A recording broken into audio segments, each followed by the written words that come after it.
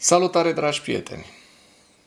După ce au dat-o rău de tot de gard, parlamentarii din Rada ucraineană, cât și Zelenski, ce să o mai dăm după colț, întreaga clasă politică ucraineană care a votat acel proiect de lege care elimina toată independența parchetelor anticorupție, agențiilor anticorupție, NABU și SAP. Acum, Zelenski, dându-și seama de greșeala pe care a făcut-o, a revenit și a propus un nou proiect împreună cu parlamentarii care au recunoscut că au greșit. Nu știu dacă era nevoie de o asemenea gafă. Eu de ieri v-am spus chestia asta, că mi se pare o gafă de proporții și mă bucur că și-au dat seama de ea și că au revenit asupra acestui proiect de lege care elimina practic independența justiției, independența agențiilor anticorupție ucrainene. Iar celor care spun că trebuia făcut acest lucru, adică să se elimine această independență, pentru că era o grămadă de agenți FSB infiltrați în aceste două agenții, le spun că nu distrugi un întreg ecosistem anticorupție doar pentru că ai depistat câțiva agenți FSB. Nu. Trebuie să-i arestezi pe acei agenți FSB, pe acei agenți FSB să-i scoți din priză, doar pe acei agenți FSB să îi judeci și practic să-i scoți din sistem.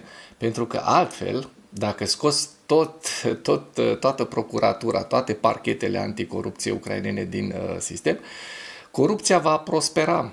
Va prospera, pentru că asta este un indicator clar și o diferență clară între un stat democratic, gen din Uniunea Europeană, în care există o combatere eficientă a corupției prin o independență clară a justiției și a parchetelor, prin pârghii, prin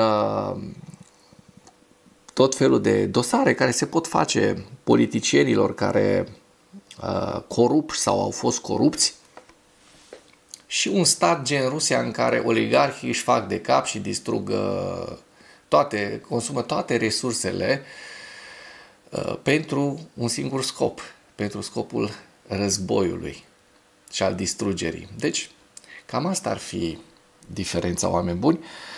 Nu există niciun dubiu că trebuiau scoși din priză acei agenți FSB, doar că nu trebuiau scoși toți procurorii anticorupție și puși la înaintare așa, tăiată independența lor și eliminate dosarele. Nu, așa ceva nu se face. Subiectele principale ale analizei noastre de astăzi sunt: Hersonul este practic înconjurat de drone, spune un jurnalist ucrainean. Statele Unite vor furniza Ucrainei echipamente de apărare aeriană în valoare de peste 180 de milioane de dolari. Vedem și un atac ucrainean cu drone care au atacat diferite regiuni ale Rusiei. În Nevinominsk, uzina azot a fost atacată.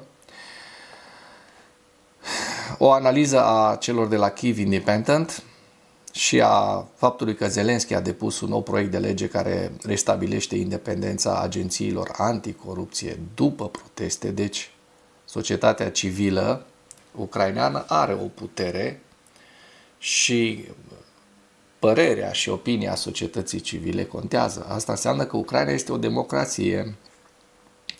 La final vă prezint hărțile Institutului pentru Studiul Războiului și ale celor de la Deep State.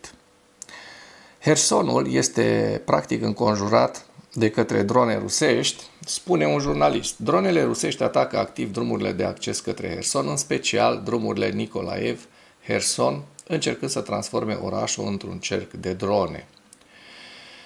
Ivan Antipenko spune că în cursul lunii iulie, dronele rusești au atacat sistematic mai multe secțiuni de autostradă. Un camion a fost deja distrus, mai multe mașini civile au fost lovite.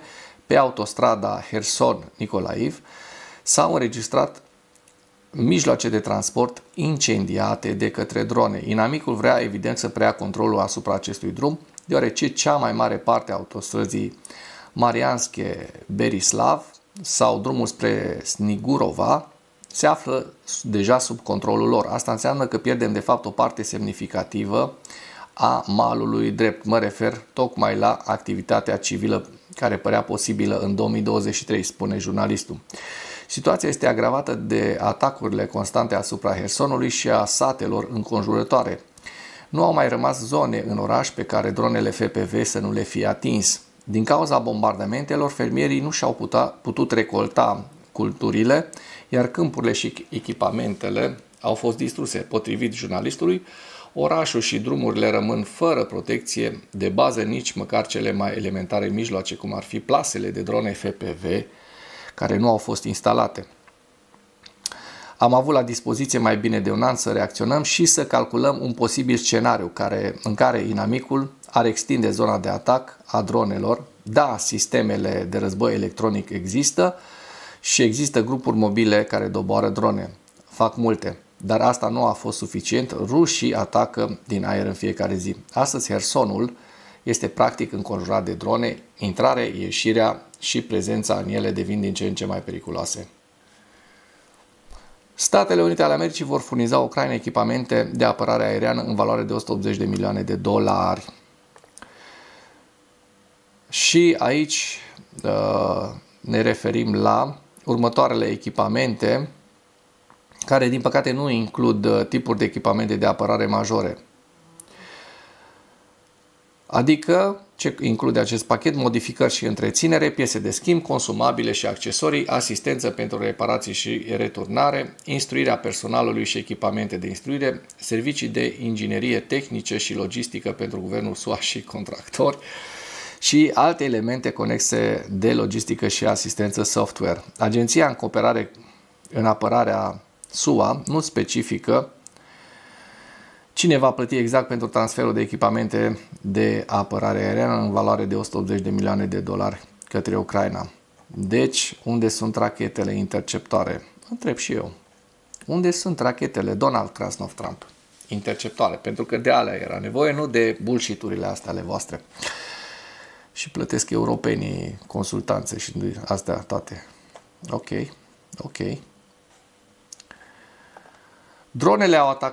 Dronele ucrainene au atacat diferite regiuni ale Rusiei. În Nevinominsk, uzina azot a fost atacată.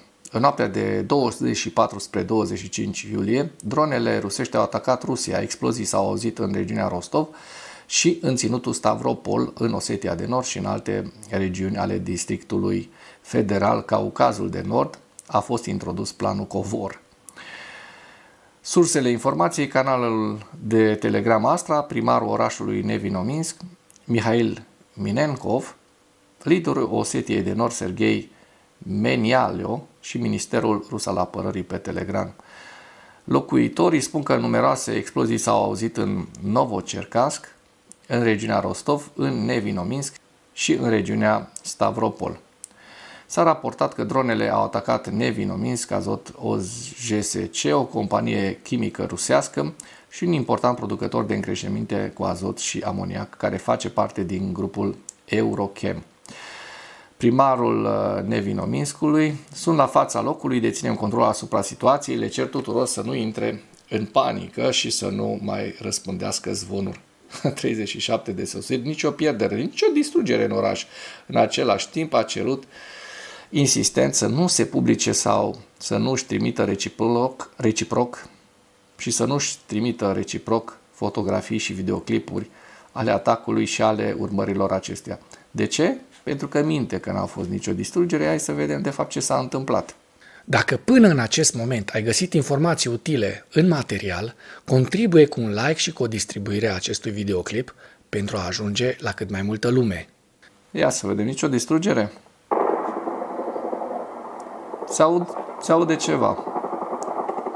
Din aceste imagini nu reiese, dar iată din aceste imagini.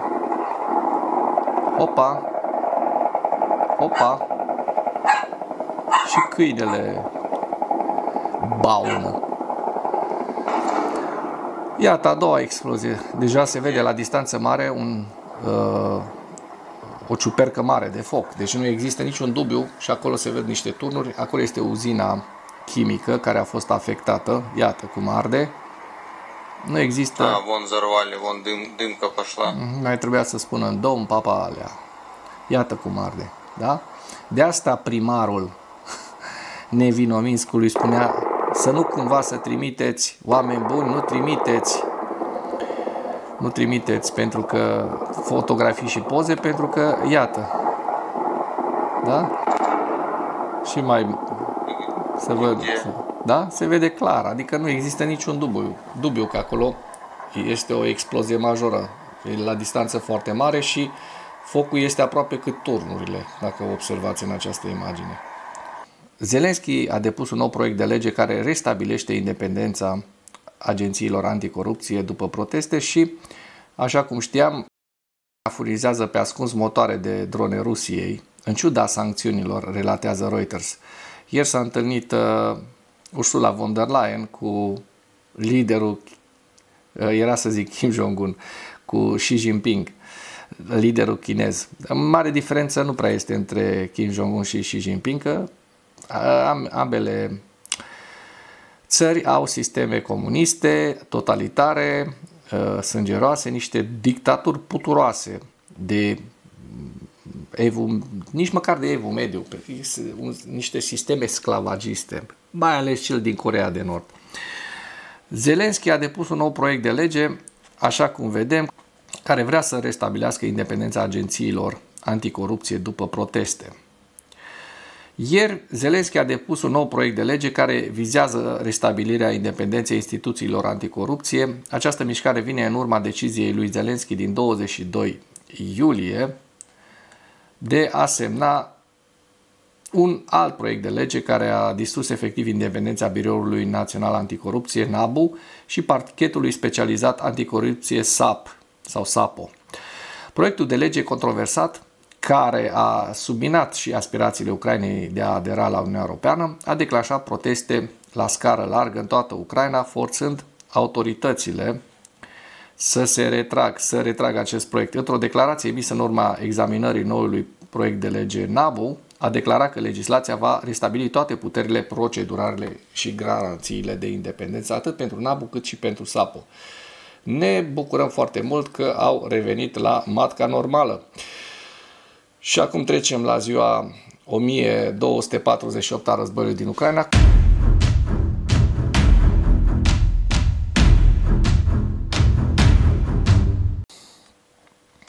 Pierderile rusești în ultimele 24 de ore, la data de 25 iulie, 980 de militari, 3 tancuri, 5 vehicule blindate de luptă, 31 de piese de artilerie, 2 sisteme antiaeriene, iar pierderile rusești se văd în această imagine.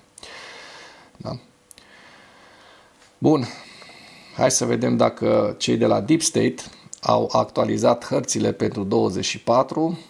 Da, avem noroc, mai înainte nu erau actualizate și era să ratăm acest moment, dar acum văd că s-au actualizat, ceea ce este o veste îmbucurătoare. Să vedem dacă și veștile sunt la fel de bune de pe front. Vedem că Hersonul și Zaporojie sunt stabile, mai puțin Zaporojie, din ce văd aici, hopa, observăm că vorbim despre un avans rusesc de aproximativ 1,5 km, 2 km pătrați la nord și la sud de Kamianske. Se vede în această zonă, da? Se vede foarte bine acest avans rusesc. Bun. Mergând mai spre zona Niprului, nu observăm modificări ale fronturilor în această perioadă, dinspre 23 spre 24, și din ce se observă aici, nici în zona Pokrovskului, dar mai la nord de Pokrovsk, între Pokrovsk și Toretsk, vedem că rușii au reușit să captureze aproximativ 1 km pătrat, poate chiar mai puțin, chiar sub 1 km pătrat, ceea ce înseamnă că în ultimele 24 de ore frontul a fost destul de stabil în această zonă, unde rușii tot înaintaseră în ultimele zile destul de mult. La ceasoviar observăm că nu există modificări ale fronturilor, nici mai la nord înspre Liman sau Kupiansk. Vovceanscul de asemenea este stabil. Și dăm un ochi și pe Kursk. Vedem că ucrainenii în continuare mențin această prezență la sud-vest de Kursk, iar în regiunea Sumă, așa cum se poate observa, nu au existat modificări în ultimele 24 de ore. De fapt, dacă luăm din data de 17, până în 24, observăm dimpotrivă că ucrainenii au reușit să elibereze această suprafață de aproximativ 10 km pătrați despre care vă spuneam zilele trecute de la Kindrativka. De asemenea, ucrainenii mai dețin pozițiile în Tetkino, o suprafață de aproximativ 10 km pătrați.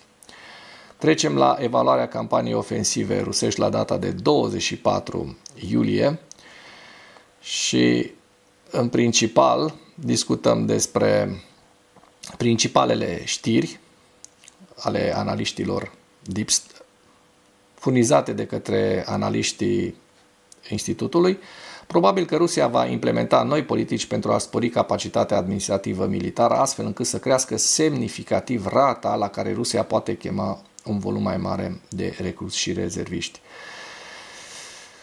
Rusia a planificat extinderea treptată a armatei ruse încă din 2022, iar modificările propuse la sistemul de procesare a personalului rusesc sunt probabil destinate să sprijine eforturile continue de creștere a dimensiunii armatei ruse. Extinderea capacității administrative a Rusiei de a procesa recruți și personalul mobilizat ar permite Rusiei să mobilizeze forțele mai rapid și mai eficient atât în timpul unui război prelungit în Ucraina, cât și al unui posibil război viitor împotriva NATO. Rușii tot se înarmează și la un moment dat, după ce vor fi păpat toate resursele economice, vor da faliment și vor veni, cum au venit în anii 90, dacă vă mai aduceți aminte, Gorbaciov să ceară sprijin, iar proștii din Occident au dat zeci de miliarde de dolari Rusiei să o ajute să nu se prăbușească de tot. Mare greșeală. Rusia trebuia atunci împărțită pe bucăți. Așa trebuia făcut. Reducerea blocajelor din procesul de recrutare rusească ar avea un impact și asupra capacității Rusiei de a purta războaie viitoare. Oficialii de la Kremlin au continuat să semnaleze lipsa de disponibilitate a Rusiei de a se implica substanțial în eforturile de a stabili o pace durabilă în Ucraina în timpul celei de-a treia runde de discuții bilaterale de la Istanbul. Zelenski a înaintat Parlamentului, așa cum știm, și-a recuperat greșeala de alaltăieri, ieri și-a recuperat, o să sperăm că se va vota. Departamentul de stat al SUA a aprobat 2 vânzări militare externe către Ucraina în valoare totală de 322 de milioane de dolari. Ucraina și Rusia au efectuat cel de-al 9-lea schimb de prizonieri pe 23 iulie. Și la final vreau să vă mai transmit ceva, un lucru care văd că nu a fost publicat, cel puțin scrollând eu pe toate aceste informații din presa ucraineană, faptul că Rusia ieri a votat un proiect de lege prin care dă posibilitatea reînființării gulagurilor. Cum adică? Adică foarte simplu, Rusia reușește să facă această contraperformanță, era să zic performanța de a reînființa închisorile secrete care erau în subordinea FSB-ului. De pe vremea cechiștilor, cei care cunoașteți istorie și știți foarte bine, rușii au avut un sistem represiv formidabil în sens negativ, bineînțeles, nu în sens pozitiv, prin care ei controlau societatea și era un sistem de teroare. Oamenii din Imperiul Sovietic nu voiau să ajungă într-un gulag. Și oamenii, intrând în acel sistem, în ochii autorităților, când erau vizați de aceștia, ajungeau inevitabil în gulag, unde își găseau, cei mai mulți și-au găsit sfârșitul. Și știm că acest sistem a fost perpetuat și în România prin acele pușcării de la Sighet, Pitești. Oamenii au fost trimiși în Bărăgan, au fost strămutați, deportați de fapt, cu familii întregi, cu copii, mulți și-au găsit sfârșitul. Nu mai vorbesc de prigoana românilor din Basarabia și Bucovina, care au fost trimiși în Siberia. Deci, spre așa ceva se îndreaptă Rusia, oameni buni, iar cei care visați la o astfel de societate și strigați în gura mare Slava Rusia, sunteți liberi să mergeți să populați gulagurile rusești. Mergeți cu Dumnezeu înainte, că Dumnezeu este unul rus, nu? Asta ne spune Kiril când binecuvântează mașinăria de război a Rusiei, bombele atomice, tancurile și avioanele rusești. De fapt, Rusia, Biserica Ortodoxă Rusă, este în slujba răului, a satanei, ca să nu mai sucit. Și avem și noi aici câțiva popi din ăștia sataniști, în frunte cu cel de la Constanța, a Tomisului, episcopul Tomisului, Spagoveanu, nu?